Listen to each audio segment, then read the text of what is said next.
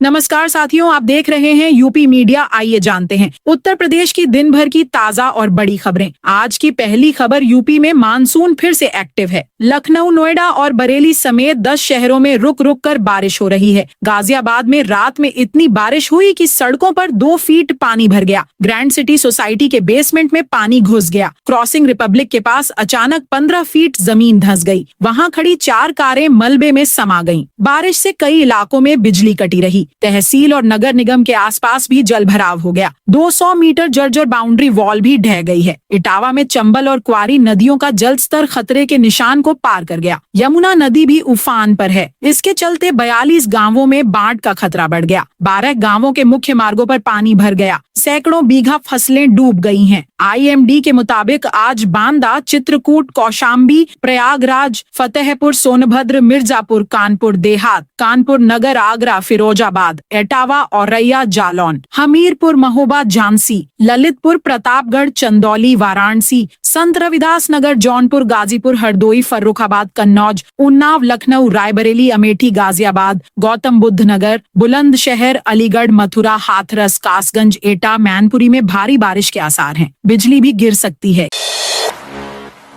UP का अगला मुख्य सचिव कौन बनेगा, फैसला आज होगा। यूपी में मुख्य सचिव मनोज कुमार सिंह के कार्यकाल का आज अंतिम दिन है। वह आज रिटायर हो जाएंगे। अब सबसे बड़ा सवाल है कि प्रदेश का अगला मुख्य सचिव यानी CS कौन होगा। ब्यूरोक्रेसी के सूत्रों के मुताबिक आज शाम तक अगले मुख्य सचिव पर फैसला हो जाएगा। योगी सरकार ने मनोज सिन्ह को सेवा विस्तार देने के लिए केंद्र सरकार से आग्रह किया है। उनकी फाइल PMO भेजी है। हालांकि केंद्र सरकार ने अभी तक मनोज सिंह के सेवा विस्तार पर कोई निर्णय नहीं लिया है। यूपी सरकार को केंद्र की मंजूरी का इंतजार है। केंद्र से मंजूरी नहीं मिली तो CM योगी के अपर मुख्य सचिव शशि प्रकाश गोयल के मुख्य सचिव बनने की प्रबल संभावना है। उनका नाम लगभग तय माना जा रहा है। यूपी के हमीरपुर में यमुना खतरे के पार, गांवों में बाढ़ का अलर्ट। यमुना बेतवा नदियां विनाशकारी बाढ़ की ओर बढ़ने लगी हैं। हमीरपुर में यमुना नदी खतरे के निशान को पार कर गई है। इसके साथ ही प्रशासन ने यमुना नदी के तटवर्ती गांवों के ग्रामीणों को सुरक्षित ठिकाने पर जाने को लेकर डुग्गी पिटवाना शुरू कर दी है। बेतवा नदी भी तेजी से खतरे के निशान के पार जा रही है। जनपद मुख्यालय से होकर बहने वाली यमुना बेतवा नदियों में हर साल बारिश के दिनों में बाढ़ का खतरा बना रहता है। इस साल भी दोनों नदियां उफान पर हैं। सांसद रवि किशन ने लोकसभा में उठाया खाद्य पदार्थों का मुद्दा। लोकसभा में बुधवार को शून्यकाल के दौरान सांसद रवि किशन ने ढाबों, होटलों और रेस्तरां में ग्राहकों को परोसे जाने वाले खाद्य पदार्थों की मात्रा, मूल्य और गुणवत्ता का मुद्दा उठाया। उन्होंने इसे जनहित का महत्वपूर्ण मुद्दा बताते हुए सरकार से इस पर शीघ्र ठोस कदम उठाने की मांग की। इस क्रम में उन्होंने देश के सभी स्तरों के फूड सर्विंग प्रतिष्ठानों के लिए कीमत, गुणवत्ता, मात्रा का विधिक मानकीकरण सुनिश्चित कराने की मांग उठाई।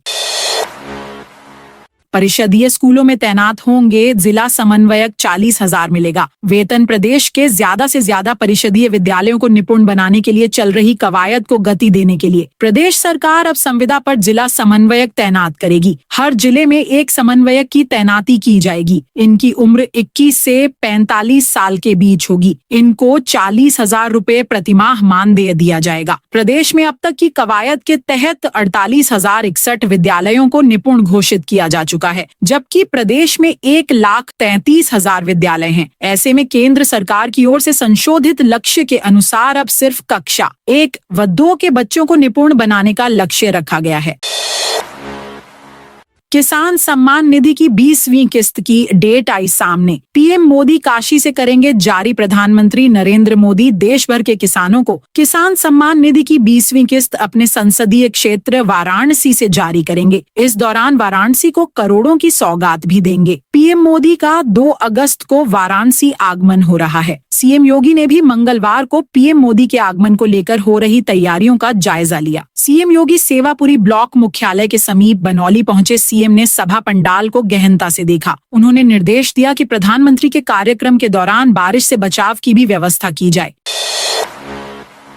LDA की 15 साल से खाली पड़ी 100 दुकानें पहले आओ पहले पाओ के तहत बेची जाएगी लखनऊ विकास प्राधिकरण अब अपनी योजनाओं में बनी खाली दुकानों को भी सीधे बेचने की तैयारी में है। जिन दुकानों को अब तक बार बार नीलामी में रखा गया लेकिन खरीदार नहीं मिले, उन्हें अब पहले आओ पहले पाओ के आधार पर बेचा जाएगा। इस प्रस्ताव को 4 अगस्त को होने वाली बोर्ड बैठक में मंजूरी के लिए पेश किया जाएगा।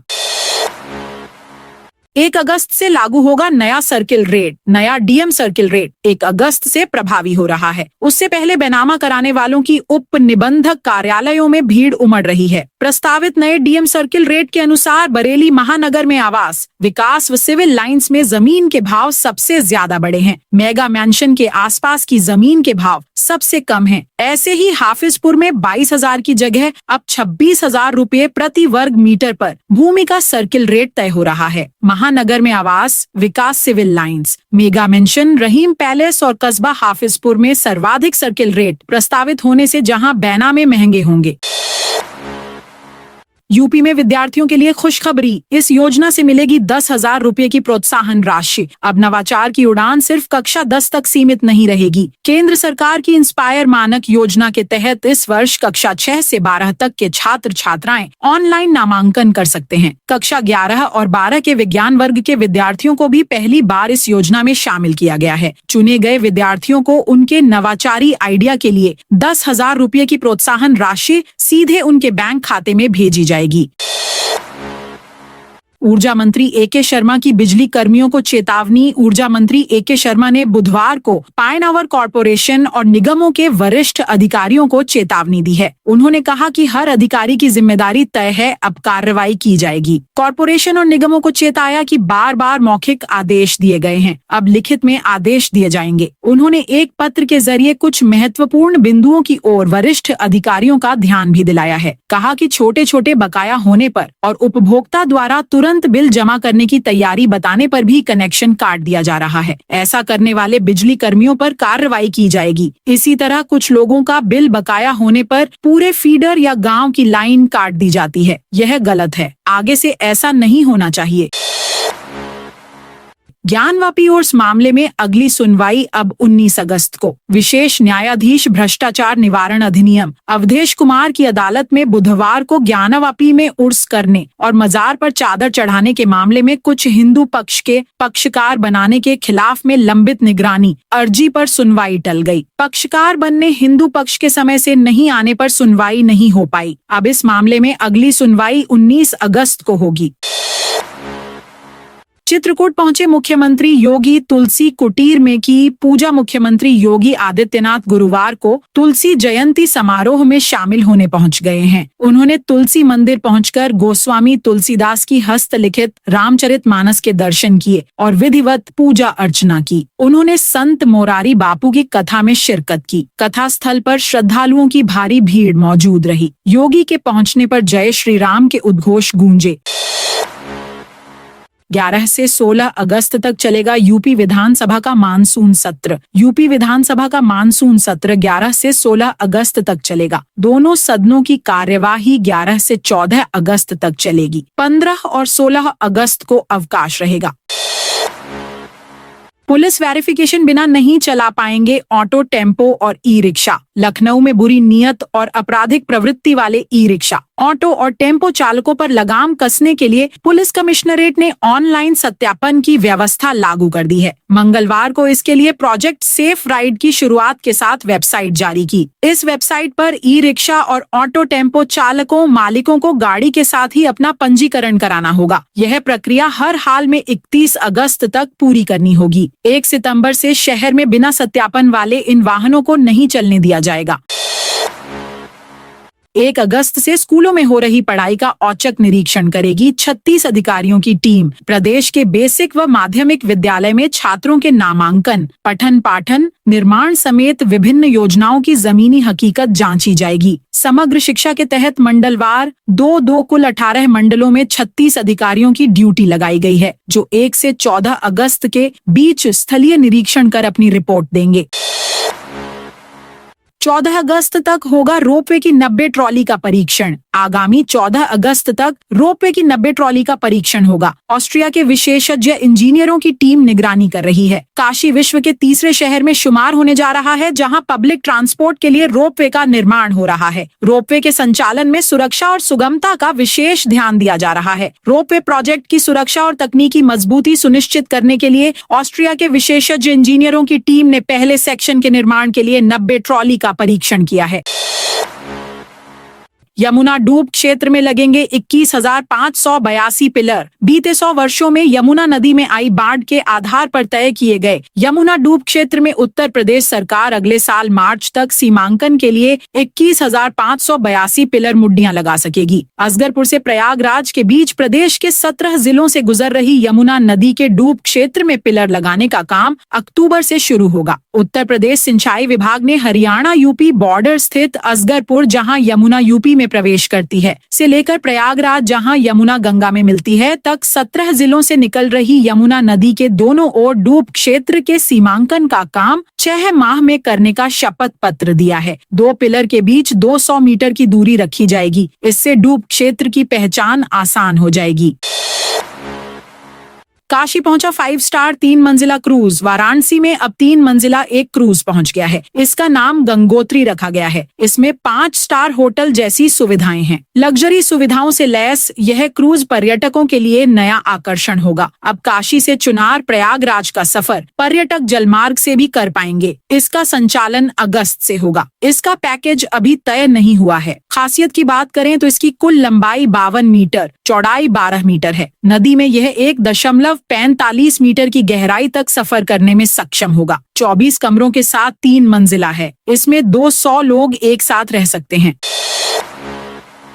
भारत और अमेरिका के बीच फरवरी में ट्रेड डील पर बातचीत शुरू हुई थी, यानी 6 महीने हो चुके हैं, लेकिन दोनों देश अभी तक किसी भी नतीजे पर नहीं पहुंच पाए हैं। अमेरिका भारत के एग्री और डेयरी सेक्टर में एंट्री चाहता है, लेकिन भारत इसके लिए तैयार नहीं है। इसके अलावा भारत अपने छोटे और मंझोले उद्योगों को लेकर ज्यादा सावधानी बरत रहा है। अभी भारत पर अमेरिका ने 10% टैरिफ लगा रखा है। इस बीच अमेरिकी राष्ट्रपति डोनाल्ड ट्रंप ने बुधवार को ऐलान किया है कि वो भारत पर 1 अगस्त से 25% टैरिफ लगाएंगे और रूस से हथियार और तेल खरीदने की वजह से जुर्माना भी लगाएंगे। इतनी लंबी बातचीत के बाद भी दोनों देशों के बीच ट्रेड डील न हो पाने की 4 संभावित वजह हो सकती हैं।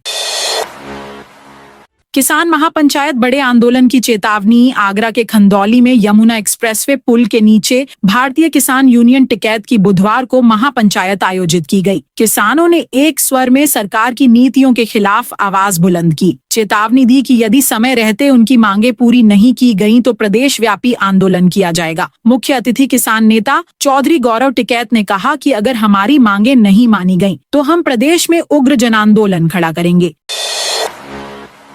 आज से 62 ट्रेनें 56 दिन तक प्रभावित रहेंगी। चारबाग रेलवे स्टेशन पर प्लेटफॉर्म नंबर 2, 3 और 4 के ऊपर कॉन्कोर्स ऊपरी यात्री हाल की नींव डालने के लिए ट्रैफिक ब्लॉक लिया गया है। इसके चलते 31 जुलाई से लेकर अगले 56 दिनों तक यानी 24 सितंबर तक स्टेशन से गुजरने वाली 62 ट्रेनों के संचालन पर असर पड़ेगा। इसमें कई ट्रेनें रद्द नहीं होंगी, लेकिन बदले हुए रूट या प्लेटफॉर्म से चलाई जाएंगी।